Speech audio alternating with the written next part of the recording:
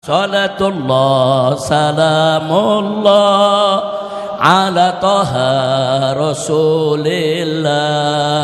Salatullah salamullah ala yasin habibillah. Sepanjang sejarah kolonialisme, saudara, tatkala negara-negara barat melakukan gelombang penyerangan terhadap negeri-negeri Islam, yang pertama mereka sita, kumpulkan dan bakar adalah mushaf Al-Quran di berbagai negeri. Ya, mereka menginginkan tatkala mushaf Al-Quran itu dibakar di berbagai negeri, maka Al-Quran akan hilang dari tengah umat Islam. Karena mereka, orang-orang musuh-musuh Islam ini sadar betul bahwa Al-Quran itu adalah golbul Islam. Al-Quran itu adalah jantungnya Islam. Kalau ingin menghancurkan Islam, hancurkan Qurannya. Kalau ingin merusak Islam, rusak Al-Qurannya, saudara.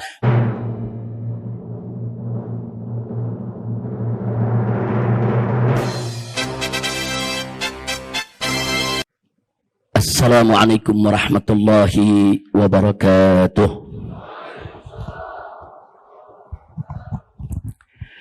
Bismillah, walhamdulillah, wassalatu wassalamu ala rasulillah wa ala alihi wa sahbihi wa mawala. Siyadatul habaib wal masyaikh wal ulama wal dakatirah wal asatidh wa jami'il hadirin al-ahibba'il a'izza rahimakumullah. في هذه المناسبة السعيدة الطيبة المباركة لا أنسى أن أوصيكم جميعا ونفسي بتقوى الله وبطاعة رسول الله صلى الله عليه وآله وصحبه وسلم. فنسأل الله سبحانه وتعالى أن يهدينا إلى صراطه المستقيم ويجعلنا من المتقين. Amin ya rabbal alamin walhamdulillahi rabbil alamin. Saya ingin ingatkan diri saya dan semua yang ada di sini apa yang Allah nyatakan dalam Al-Qur'anul Karim. Wallahu subhanahu wa ta'ala qala inna nahnu nazzalna dzikra wa inna lahu lahafizun. Shadaqallahul azim. Luar biasa ibadallah. Dalam ayat ini Allah sendiri yang menyatakan inna nahnu, sesungguhnya kami, nazzalna dzikra, telah menurunkan adzikra. Adzikra salah satu nama daripada Al-Quran. Kita tahu bahwa Al-Quran memiliki banyak nama. Salah satu namanya disebutkan oleh Allah dalam Al-Quran adalah adzikra. Inna nahnu nazzalna dzikra wa inna lahu lahafizun. Dan Allah subhanahu wa ta'ala memberikan jaminan di mana Allah menyatakan bahwa sesungguhnya kamilah yang akan menjadi penjaga Al-Quran. Bagian pertama yang ingin sama kita kaji pada kesempatan yang singkat ini, saudara, kenapa di awal ayat ini Allah memilih kata nahnu, inna nahnu. Allah memilih kata nahnu, Allah tidak memilih kata ana. Nahnu kita tahu dalam bahasa Indonesia adalah kami. Sesungguhnya kami yang telah menurunkan Al-Quran. Kami. Maka di sini ada dua jawaban yang menarik. Yang pertama, bahwa lafaz nahnu fil lughatil arabiyyah ini biasa digunakan li ta'zim, untuk menunjukkan keagungan Allah subhanahu wa ta'ala. Jadi kami dalam ayat ini bukan untuk menunjukkan adat, tapi untuk menunjukkan ta'zimillahi subhanahu wa ta'ala. Untuk kita mengagungkan Allah. Allah maha besar, Allah maha agung, dan Allah maha berhak untuk menggunakan nahnu untuk zatnya, saudara. Itu yang pertama.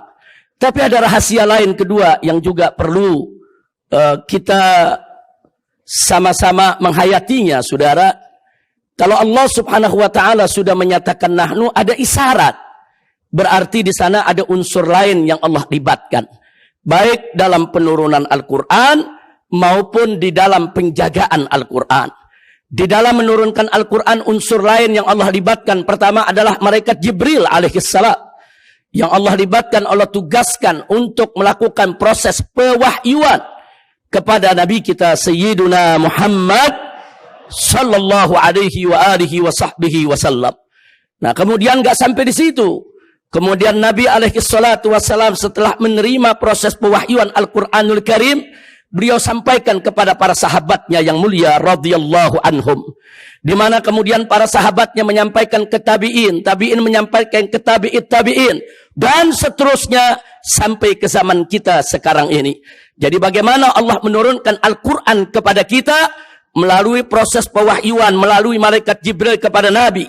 Kemudian Nabi menyampaikan ke sahabat, sahabat menyampaikan ke tabi'in, tabi'in menyampaikan ke tabi'in, dan seterusnya sedemikian rupa. Inilah unsur-unsur lain yang dilibatkan oleh Allah subhanahu wa ta'ala di dalam menyampaikan Al-Quran hingga sampai kepada kita saat ini. Alhamdulillahi Rabbil Alamin.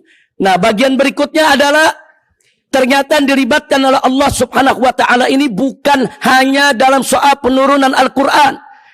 Karena berikutnya Allah menyatakan wa inna lahu lahafizun, dan sesungguhnya kami yang akan menjadi penjaga bagi Al-Quran.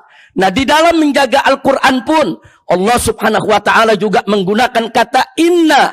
Lagi-lagi Allah menggunakan kata kami, saudara. Kenapa? Karena ternyata di dalam menjaga Al-Quran Allah juga melibatkan unsur-unsur lain.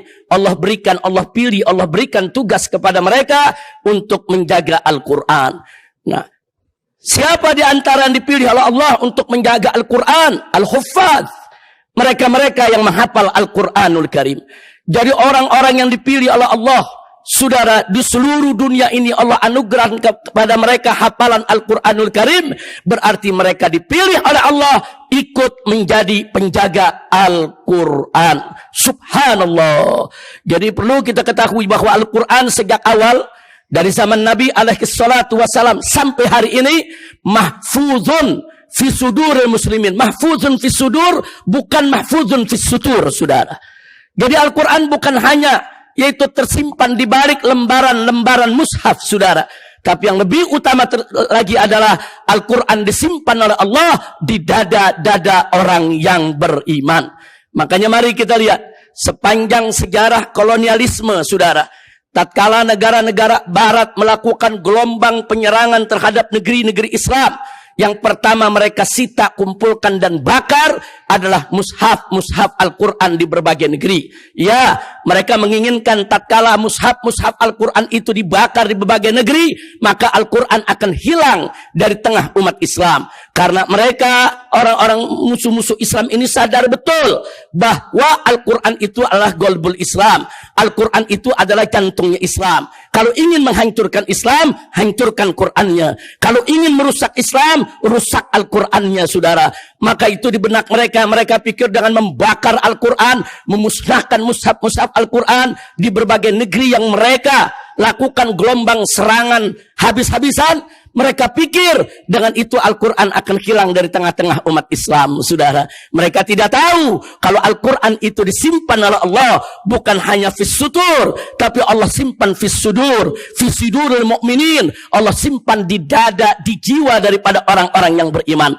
Jutaan mushaf mereka bakar, tapi ternyata Al-Quran tetap tidak hilang. Kenapa? Al-Quran terjaga dalam hafalan umat Islam. Al-Quran terjaga dalam dada umat Islam. Al-Quran terjaga dalam jiwa-jiwa umat Islam yang tersebar di seluruh dunia. Sehingga begitu satu mushaf dibakar, besok umat Islam bisa membuat mushaf yang lainnya. Begitu 1 juta mushaf dibakar, besok umat Islam bisa mencetak, menulis kembali, yaitu mushaf Al-Quran yang berasal dari hafalan mereka yang dianugerahkan oleh Allah subhanahu wa ta'ala. Alhamdulillahi Rabbil Alamin.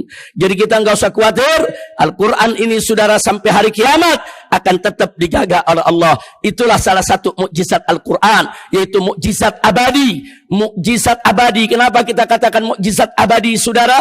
Karena Al-Quranul Karim tetap bisa disaksikan sebagai mukjizat, tetap bisa dirasakan sebagai mukjizat sepanjang zaman. Ini perlu kita garis bawahi, saudara. Mukjizat Nabi banyak. Ada air jernih yang keluar dari jari jemari Nabi. Ada bulan yang bisa dibelah. Begitu banyak mukjizat yang Allah berikan. Tapi jangan lupa, semua mukjizat-mukjizat tersebut hanya bisa disaksikan dan dirasakan oleh mereka yang hidup di zaman Nabi, saudara. Hanya bisa dilihat, dirasakan oleh mereka yang ada dulu bersama Nabi, ikut menyaksikannya. Sementara saat ini Kita hanya mendengar ceritanya, saudara, sebagai fakta sejarah. Tapi Al-Quran sebagai mukjizat tetap bisa dilihat, tetap bisa didengar, tetap bisa disaksikan, tetap bisa dirasakan mukjizatnya, saudara, sepanjang zaman oleh seluruh pengikut Nabi kita Sayyiduna Muhammad sallallahu alaihi wasallam. Maka itu sepakat para ulama menyebut Al-Quran sebagai al-mu'jizatul kubra, sebesar-besarnya mukjizat yang pernah diterima oleh Nabi kita Sayyiduna Muhammad sallallahu alaihi wasallam. Sallallahu Rabbuna ala nuril mu'min Ahmad al-Mustafa Sayyidil Mursalin. Sallallahu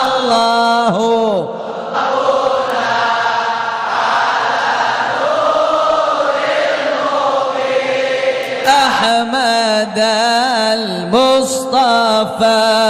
Sayyidil Mursalin wa ala alihi wa sahbihi ajma'in wa ala alihi wa sahbihi